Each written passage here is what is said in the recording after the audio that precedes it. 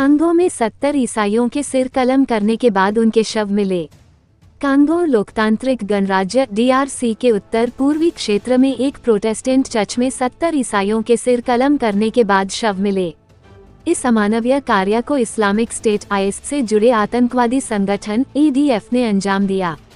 13 फरवरी को बुधवार की सुबह 4 बजे मुस्लिम आतंकवादियों ने लुबेरो क्षेत्र में मायाबा में घरों में प्रवेश किया और कहा, बाहर निकलो, कोई आवाज न करो। बाहर निकले 20 लोगों को आतंकवादियों ने पकड़ लिया।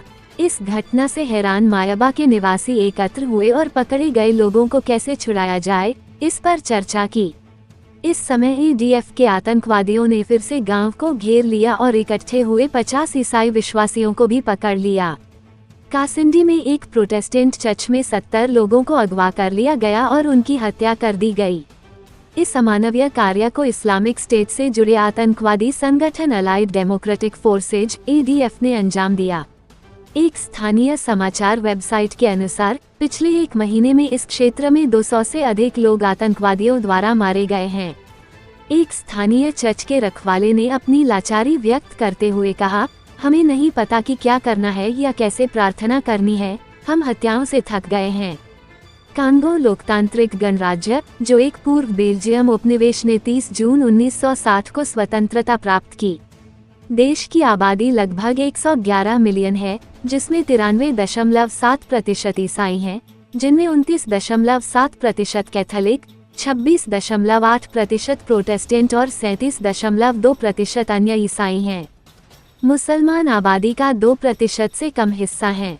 ADF एक मुस्लिम अतिवादी समूह, जो देश के उत्तर पूर्वी क्षेत्र में केंद्रित है, ये बढ़ते खतरे के पीछे काम किया है।